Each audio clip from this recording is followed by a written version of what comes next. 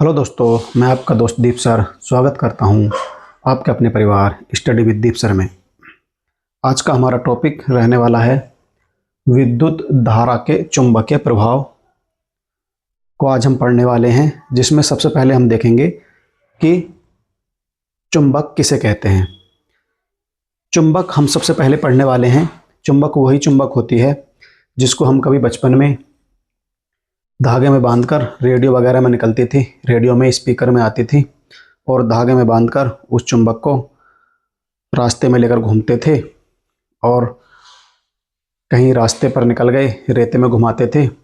उस पर बहुत सारा खजाना मिल जाता था, जो काम का तो किसी का नहीं होता था, परंतु उसको पाकर ऐसा लगता था कि हमें दुनिया भर का खजाना मिल गया है। या कभी कभार ऐसा हो जाता था कि चुंबक को लिया और गांव की जो नालियाँ होती हैं उसमें घुमा दिया तो एक आध सिक्का वहाँ से कहीं से आ जाता था। तो चुंबक को आप सब जानते हैं कि चुंबक किसे कहते हैं।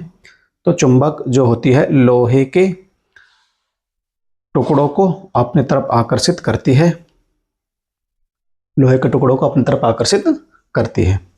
चुंबक 3 प्रकार की होती है, परंतु हम चुंबक सिर्फ यहाँ पर 2 प्रकार के पढ़ेंगे। मैं उनके बारे में बता देता हूँ जो चुंबक होती हैं।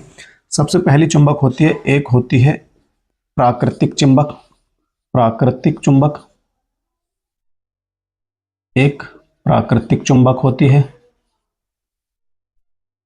दूसरे नंबर की जो चुंबक होती है उसको बोलते हैं हम कृत्रिम चुंबक, जो व्यक्तियों ने या मानव ने अपनी इच्छाओं की पूर्ति करने के लिए नए चुंबक का निर्माण किया तो उसको कृत्रिम चुंबक बोलते हैं। जो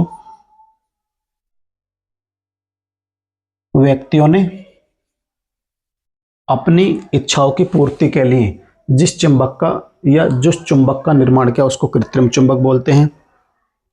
और एक तीसरे प्रकार की जो चुंबक होती है वो होती है,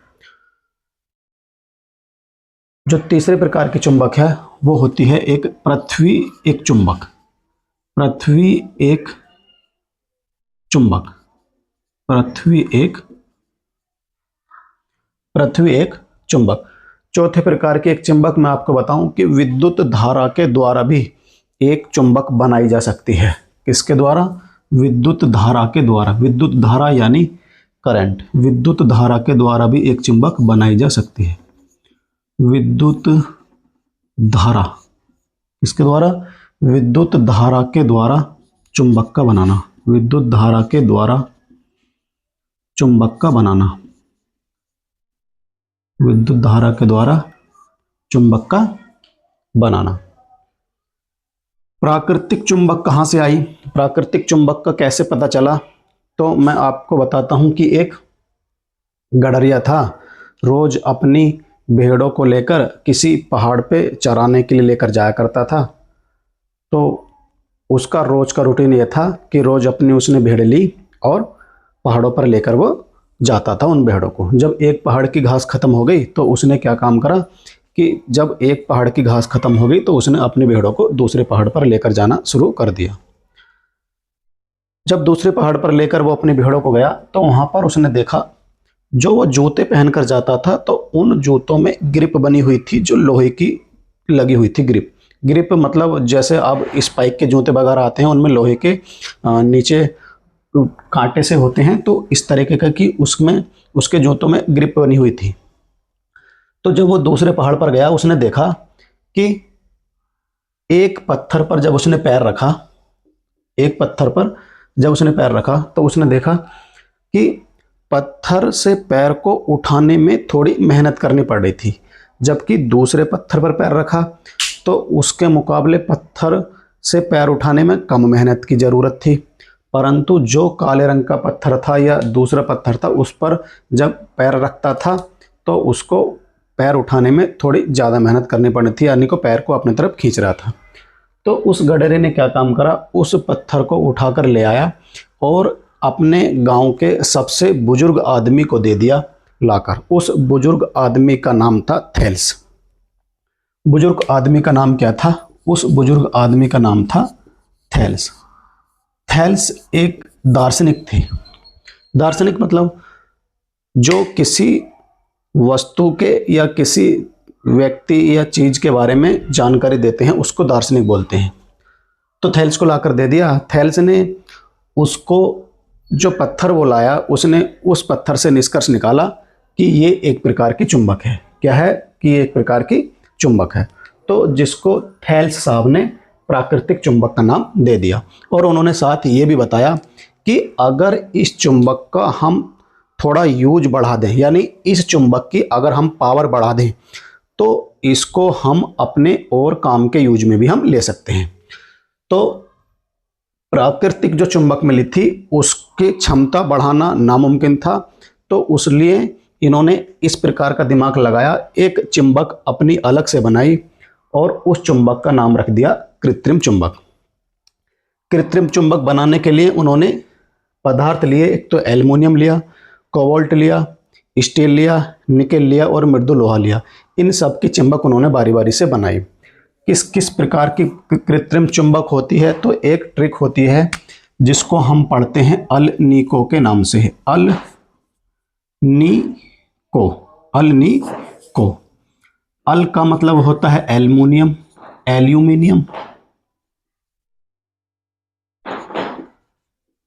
निकिल, Ni का मतलब होता है निकिल या निकेल, निकिल।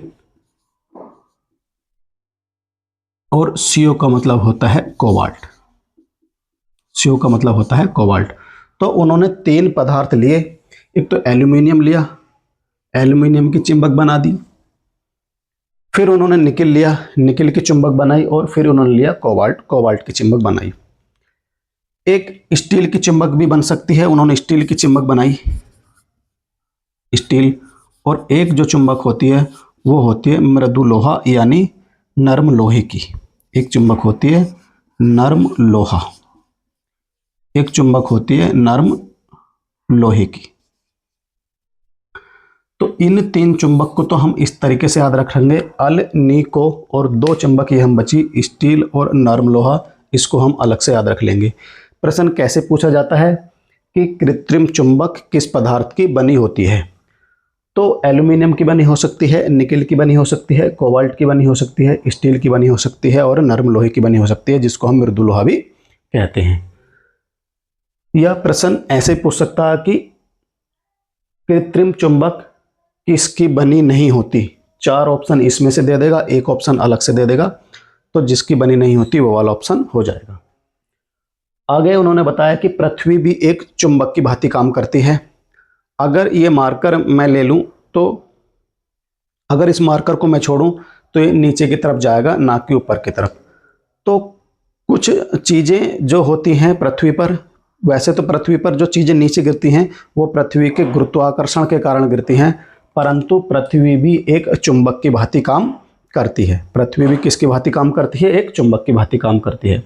फिर चौथे नंबर पर विद्युत धारा के द्वारा चुंबक का निर्माण भी किया गया। किसके द्वारा? विद्युत धारा के द्वारा चुंबक का निर्माण भी किया गया। विद्युत धारा के द्वारा चुंबक कैसे बनाई गई, मैं आगे चलता हूं, जरा इसको रफ कर देता हूं। विद्युत धारा के द्वारा चुंबक कैसे बनाई गई उसको देखते हैं। कृत्रिम चुंबक हम जो पढ़ेंगे, हम पढ़ेंगे कृत्रिम चुंबक और विद्युत धारा के द्वारा चुंबक। हमको जो पढ़नी है, एक तो ये पढ़ेंगे हम विद्युत चुंबक और कृत्रिम चुंबक और विद्युत धारा के द्वारा चुंबक। हम ये चुंबक पढ़ने वाले हैं 2। ये प्राकृतिक चुंबक हमारे सिलेबस में नहीं है तो हम इसको पढ़ेंगे भी नहीं। नहीं, पृथ्वी एक चुंबक हमारे सिलेबस में नहीं है तो हम इसको भी नहीं पढ़ेंगे। तो हम पढ़ेंगे विद्युत धारा के द्वारा चुंबक का बनना। विद्युत धारा के द्वारा चुंबक का बनना। विद्युत धारा के द्वारा चुंबक का बनना क्या हुआ? एक तांबे का या चालक तार लिया गया। चालक तार उसको बोलते हैं जिसमें धारा का प्रवाह हो सके। तो क्या देखा गया कि जब एक तार लिया गया और उस तार को एक सीधे धारावाही चालक तार पर लपेटा गया, जैसे मान लो ये कील है, कोई लोहे की कील, ये क्या है? एक लोहे की कील है ये, और इस पर एक तार का बंडल तार लिया गया और इस तार को इस कील पर लपेटा गया। इस तार का एक सिरा ये और इस तार पर इस तरीके से इसको लपेटा गया, इस पर एक लपेटा गया। जब इस तार को, एक सिरा इस तार का ये रहा और एक सिरा इस तार का ये रहा, ये तांबे का तार ले लो या काहे का भी तार ले सकते हो। ये है तार, एल्यूमिनियम का तार भी आप ले सकते हैं, तांबे का ले सकते हैं। ये लोहे की कील, ये तार, और इस पर एक सेल अर्थात बैटरी से करंट दिया गया। एक सेल अर्थात या बैटरी से इसको करंट दिया गया। ये इसका प्लस सिरा और ये इसका माइनस सिरा। जो विद्युत धारा बहेगी वो जाएगी प्लस वाले से, जो विद्युत धारा बहती है वो जाएगी प्लस वाले से। तो जब इसको करंट दिया गया तो ये देखा गया कि ये जो तार था इसमें चुंबकीय गुण उत्पन्न हो गए। चुंबकीय गुण उत्पन्न कैसे हो गए? इसके आसपास लोहे की कीलें जब घेरी गई तो ये देखा गया कि ये लोहे की कीलों को अपनी तरफ आकर्षित कर रहा था।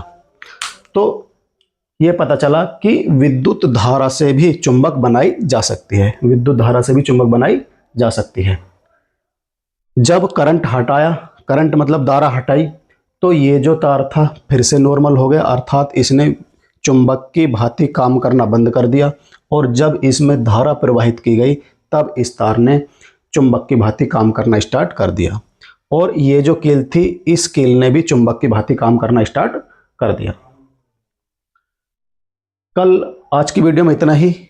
कल हम चलेंगे विद्युत धारा का चुंबकीय प्रभाव। आज हमने पढ़ा और इसमें पढ़ा कि विद्युत धारा से चुंबक कैसे बनाई जाती है, चुंबक के गुण हम कल पढ़ेंगे और आगे की चीज़ें हम कल देखेंगे। मिलते हैं नेक्स्ट वीडियो में, तब तक के लिए धन्यवाद। जय हिंद, नमस्कार।